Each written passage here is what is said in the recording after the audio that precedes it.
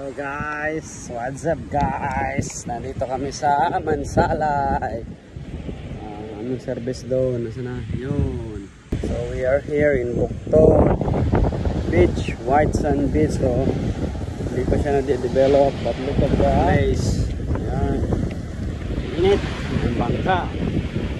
Nakaso, ang ganda oh. Ganda green. Alright.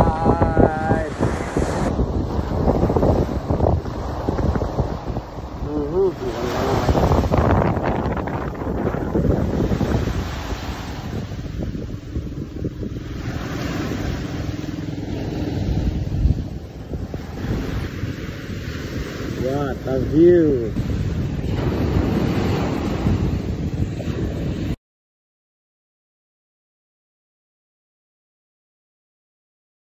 Dito kami sa Hembe Hiraya guys. What's up there? So Hembe Hiraya sa Mansalay. Ayun in-inquire si na mama si Pabelia. Ayan. Bah, Hembe Hiraya kami. Ito darling. Ganda dito. Enjoying. Bahay-bahay. Malakas ang dagat. Yan po nga. Doon tayo nang galing. May mga resource pa rin doon sa taas na yun. Dito. Yan. May tree house sila doon.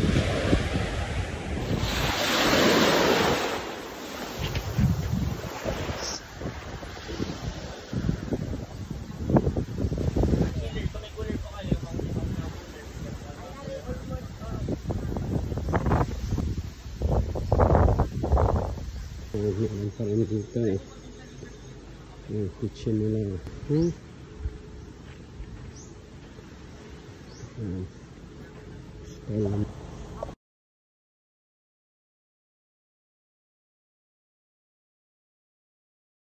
Auran nih mama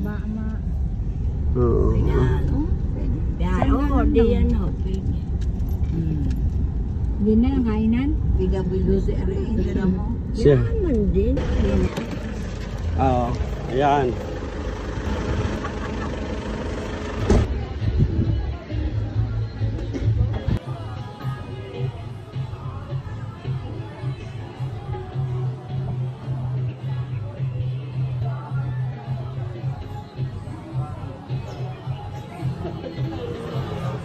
Guys, what's up? So we are here at, can you read that? Melzar, how do you say that? Nature's or Mountain View Resort.